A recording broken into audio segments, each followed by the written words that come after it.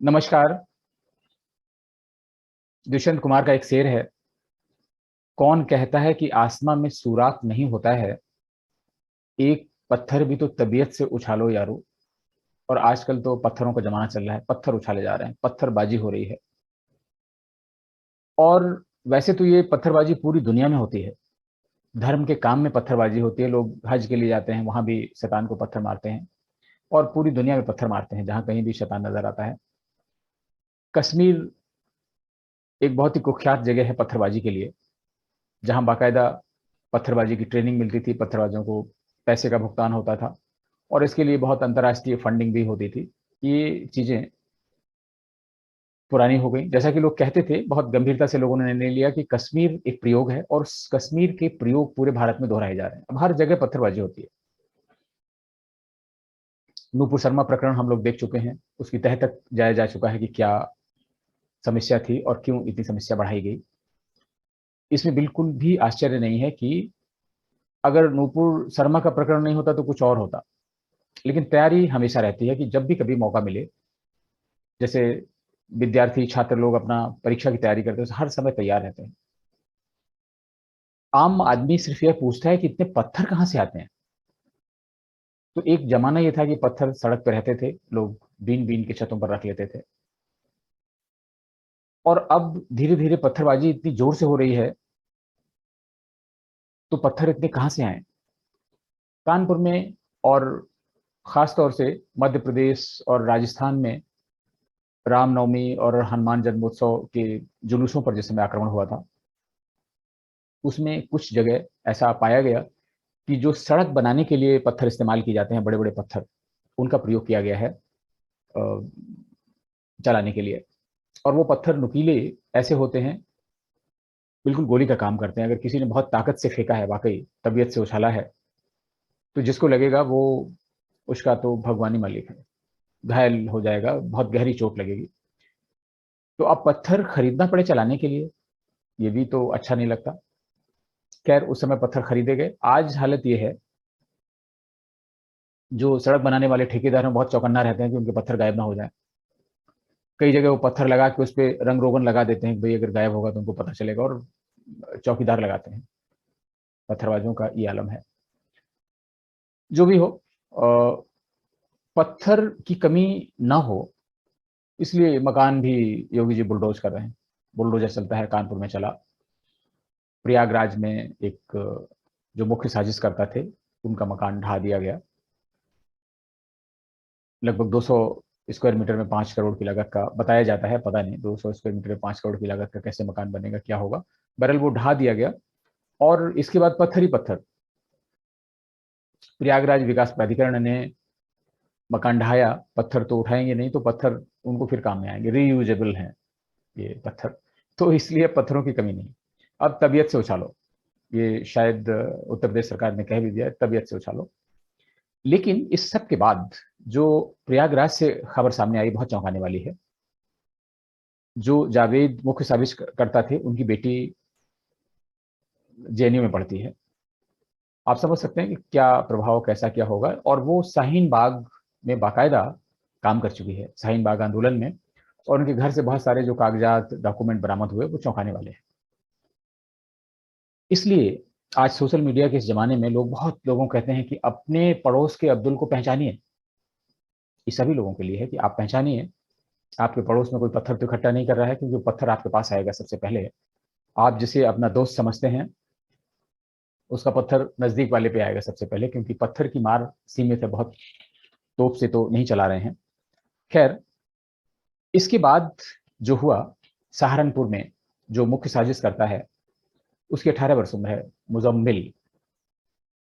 आप समझिए कि कितने दिन से ट्रेनिंग ले रहा था। मुख्य साजिश करता 18 वर्ष का है, और 3-4 दिन से इंटरनेट मीडिया पर सक्रिय था, तमाम भड़काऊ पोस्ट किए थे, लोगों को इकट्ठा किया था। ये सारी चीजें हो रही हैं। और इसमें ये हो जाता है कि सरकार डाल डाल तो फिर उपद्रवी पात पात, ऐसा होने लगा है। मेरा सुझाव है, मेरा अनुमान है कि विभिन्न राज्य सरकारें हैं जो वाकई इसमें संवेदनशील हैं, जैसे उत्तर प्रदेश की सरकार है, असम की सरकार है, जो संवेदनशील है, उनको अपनी साइबर पुलिस को और मजबूत करना चाहिए। ताकि कुछ घटना घटे उसके पहले इनको ये तो मालूम हो जाए कि कहाँ पे क्या हो रहा है, क्या हो सकता है। और इसके अलावा जो एक सबसे बड़ा परिवर्तन आया है, आप अगर पूरे परिवेश पे निगाह डालें, जो हो रहा है आप लोग देख रहे हैं, बुलडोजर चल रहा है, बहुत से लोग आनंद ले रहे हैं, बहुत से लोग अपनी छाती पीट रहे हैं। लेकिन टीवी चैनलों, मीडिया पे, ट्विटर पर, हर तरह के सोशल मीडिया प्लेटफॉर्म पे, इवन विदेशी चैनलों में संदेश ये भेजा जा रहा है कि मुसलमानों पर बहुत अत्याचार किया जा रहा है और निर्दोषों के मकान ढाए जा रहे हैं।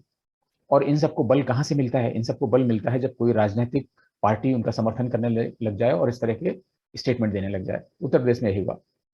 अखिलेश यादव, चुनाव अभी अभी खत्म हुए हैं, अगले चुनाव 5 साल बाद होंगे, लेकिन अब ऐसा लगता है कि भाजपा से उन्होंने एक सीख ले ली। हमेशा चुनाव के मूड में रहते हैं। उन्होंने कहा कि जिनके घर बुलडोज किए जा रहे हैं सब निर्दोष हैं। प्रदर्शन जो जुमे को हुए वो तो शांतिपूर्ण प्रदर्शन थे, और जिसने अपराध किया उसको सरकार ने सुरक्षा दिया, मीन्स नूपुर शर्मा को। और जो निरपराध हैं, निर्दोष हैं, जो शांतिपूर्ण प्रदर्शन कर रहे हैं, उनके घर गिराए जा रहे हैं। ये कहाँ का इंसाफ है? और इंसाफ की तराजू को अजायब घर में रख देना चाहिए। हमारा धर्म, हमारी संस्कृति, हमारा विधान, हमारा संविधान इसकी इजाजत नहीं देता। हम जो भी इसके सफरर हैं उनके साथ खड़े हैं। आप समझ सकते हैं कि ये कैसी हौसला अफजाई है। इस देश में प्रॉफिट के लिए तो नूपुर शर्मा ने जो कहा उसकी सजा भी उनको मिली, और भारत को भी उसकी सजा मिली। लेकिन और वो कहते भी हैं, गुस्ताखे पैगंबर की एक ही सजा, सरतन से जुदा, सरतन से जुदा। लेकिन जो गुस्ताखे शिव हुआ, गुस्ताखे पार्वती हुआ, गुस्ताखे सीता हुआ, गुस्ताखे हनुमान हुआ, गुस्ताखे गणेश हुआ, उसकी क्या सजा होनी चाहिए? ऐसे मुस्लिम लीडर्स हैं, स्वयंभू लीडर्स हैं।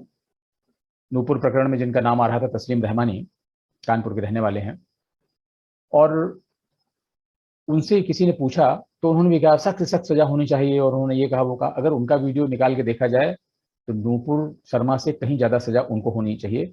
वो तो आज से नहीं, हमेशा विस्वमन करते रहते हैं। उन्होंने भाजपा के किसी नेता के बयान की कॉपी करते हुए कहा था कि हर आतंकवादी हिंदू नहीं होता, लेकिन हर हिंदू आतंकवादी नहीं होता, लेकिन हर आतंकवादी हिंदू क्यों होता है? आप सोच सकते हैं कि उनकी मानसिकता क्या है। अभी भी वो उस तरह की भाषा, उस तरह की शैली प्रयोग कर रहे हैं। कानपुर के ही एक शहर काजी हैं, अब्दुल कुद्दूस या क्या नाम है उनका, वो भी कह रहे हैं कि हम तो सिर पे कफन बांध के निकलेंगे, और तमाम सारे भड़काने वाले बयान दे रहे हैं। सरकार को चाहिए कि वो जो अपराधी तत्व हैं, जो ग्राउंड वर्कर्स हैं, उनको तो पकड़े ही पकड़े। सबसे पहले जो उनके स्पॉन्सर हैं, उनके प्रोग्राम मैनेजर हैं, जो मुख्य साजिश करता तो ये हैं जो टीवी चैनल पर बैठते हैं। पूरे दिन भर एक बहस चलती रही, और कई मुस्लिम नेताओं ने, सब स्वयंभू नेता हैं जिनको टीवी वाले बुलाते हैं कि वो गर्मा गर्म चटपटी बातें कहेंगे और उनकी टीआरपी प्रोत्साहित होगी। वो कह रहे हैं अरे भाई, एक चीज अगर बन गई, मकान अगर गलत बन गया, सही बन गया, जैसा भी बन गया, उसको तोड़ा क्यों जाए, उसका प्रयोग किया जाए। और ये तो बहुत गलत है। अगर कोई व्यक्ति, कोई समुदाय अगर कानून अपने हाथ में ले लेगा तो सरकार भी कानून अपने हाथ में ले लेगी। और ये तो बिल्कुल गैर कानूनी काम किया जा रहा है, और बुलडोजर क्यों चलाया जा रहा है? न्यायपालिका के सामने जाना चाहिए, न्याय अपना काम करेगा। कितना अच्छा लगता है ये सब बातें सुनकर कि न्यायपालिका अपना काम करेगी, कानून अपना काम करेगा। अब प्रश्न ये उठता है कि ये जो मकान तोड़े जा रहे हैं इन लोगों के, इनको नोटिस दिए गए? जी हाँ, दिए गए, नोटिस दिए गए। और नोटिस इन्हें क्यों, बहुत सारे लोगों को दिए गए। अब मकान जो तोड़े जा रहे हैं उनका इस धरना प्रदर्शन और अपराध से क्या मतलब है? मतलब है भाई, ये सिर्फ एक प्रायोरिटी है। मकान तो बहुत बने हुए हैं और वो सबका नंबर आएगा, बारी बारी, सबकी बारी। लेकिन सबसे पहले प्राथमिकता उनको दी जा रही है जो इसमें संलिप्त पाए गए हैं। इसमें कुछ भी गलत नहीं है, लेकिन ये जो सरकार को या दूसरे पक्ष के लोग, कुछ भी गैर कानूनी नहीं है। और दूसरी सबसे बड़ी चीज है, अगर वर्ष से नदियों कोई कहता है कि अरे जो बन गया उसका इस्तेमाल किया जाना चाहिए और इससे देश का नुकसान हो रहा है, हाँ देश का नुकसान हो रहा है, लेकिन किसी भी चीज का रिप्लेसमेंट, कोई चीज टूटती है तो कहीं बनेगी। ये तो जीडीपी का हिस्सा है भाई। अरे भाई, जिसने गैर कानूनी मकान बनाया है, अराजकता फैलाएगा, देश की संप्रभुता पे आक्रमण करेगा, उसका मकान भी नहीं गिरेगा, उसमें हम कीमत का अंदाजा लगाएंगे कि ये जो मकान बन गया है ये रहना चाहिए और इसका उपयोग किया जाना चाहिए। तो ये बहुत गलत चीज़ है। लेकिन पर्सपेक्टिव आप देखिए, कुछ लोग होंगे भड़काएंगे, दंगा कराने की कोशिश करेंगे, फिर कुछ लोग रिग्रेट करेंगे कि नहीं नहीं ऐसा नहीं करना चाहिए, बच्चे हैं, गलती हो जाती है, इनको माफ़ कर देना चाहिए, ज़्यादा नुकसान तो हुआ नहीं, सरकार क्यों पीछे पड़ी है। फिर कुछ लोग आएंगे, बयान जारी करेंगे कि नहीं नहीं गलत है, हम फलाने फलाने के विरुद्ध में फतवा जारी करेंगे, और कुछ नहीं, हम बिल्कुल सांप्रदायिक सौहार्द बनाएंगे। और कुछ लोग ऐसे हैं, टीवी, तमाम पत्र पत्रिकाओं के माध्यम से इंटरनेशनल मीडिया के सामने जाकर उनकी पोजीशन डिफेंड करेंगे और उसको रेशनल बताएंगे कि ऐसा क्यों किया गया। आज भी भारत की बहुत सारी पॉलिटिकल पार्टीज, मुस्लिम नेता किसी अपराधी को अपराध करना ये नहीं बता रहे हैं कि उन्होंने ऐसा क्यों किया। पश्चिम बंगाल में कितना नुकसान हुआ, झारखंड में कितना नुकसान हुआ, किसी को इसकी चिंता नहीं। वो सिर्फ ये कहेंगे भाई अरे नूपुर शर्मा ने ऐसा कहा क्यों। अगर वो नहीं कहते तो ये नुकसान नहीं होता। इसका मतलब ये हुआ कि अगर एक ने गलत काम किया उसके लिए कानून काम नहीं करने देना चाहते हैं आप, कानून अपने हाथ में ले लेंगे, ये क्या बात हो गई। तो स्थितियां ये हैं, इसमें सारे लोग अपना हाथ धो रहे हैं। आजम खान ने भी कहा कि हाँ, एक तरीके से मुस्लिमों के घाव सहलाने का काम किया। हमने तो बाबरी मस्जिद के समर्थन में इतना बड़ा आंदोलन किया, लेकिन कभी देवी देवताओं का अपमान नहीं किया, और वगैरह वगैरह बहुत सारी चीजें हैं। और एक नैरेटिव सेट करने की कोशिश की जा रही है, इसलिए हमें किसी भी नैरेटिव में नहीं आना चाहिए। कोई गैरकानूनी ढंग से नहीं, हर अपराधियों के गैर कानूनी काम के लिए, अपराधियों का भी अगर कानून सम्मत कोई निर्माण है तो स्वाभाविक रूप से सरकार नहीं गिराएगी। लेकिन ये हो रहा ही तो बिल्कुल जस्टिफाइड है। और इसमें पत्थर इतने इकट्ठे हो गए कि अब तबीयत से उछालो। एक तरीके से उनको भी ऑप्शन दे दिया गया कि खूब पत्थर है, वो उछालो तबीयत से। सो